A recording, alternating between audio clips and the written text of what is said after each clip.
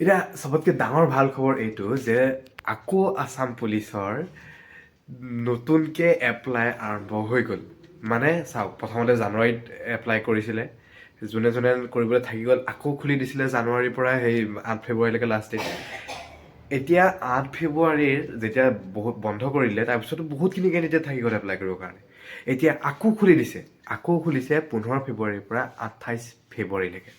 হয়, 15 ফেব্ৰুৱাৰীৰ পৰা 28 ফেব্ৰুৱাৰীলৈকে আকৌ খুলি দিছে। এইখিনি সময়তে যিমান সোনকালে পাৰে সিমান সোনকালেই এপ্লাই কৰি আজৰি হৈ লওক, কাৰণ ইয়াৰ পিছত একেবাৰে আশা নাই যে পিছত আকৌ ৰিঅ'পেন কৰিব। এইবাৰ 3 নম্বৰৰ পৰা কৰিলে। প্ৰথমতে দিছিলে জানুৱাৰী, তাৰপিছত গ'ল, তাৰপিছত দিছে ফেব্ৰুৱাৰীত 8 তাৰিখলৈকে, তাৰপিছত সেইটোও গ'ল, তাৰপিছত দিছে এতিয়া আকৌ 15 ফেব্ৰুৱাৰীৰ পৰা 28 ফেব্ৰুৱাৰীলৈকে। আজি হ'ল 13 ফেব্ৰুৱাৰী, যেতিয়া মই ভিডিঅ'টো বনাই আছিলোঁ।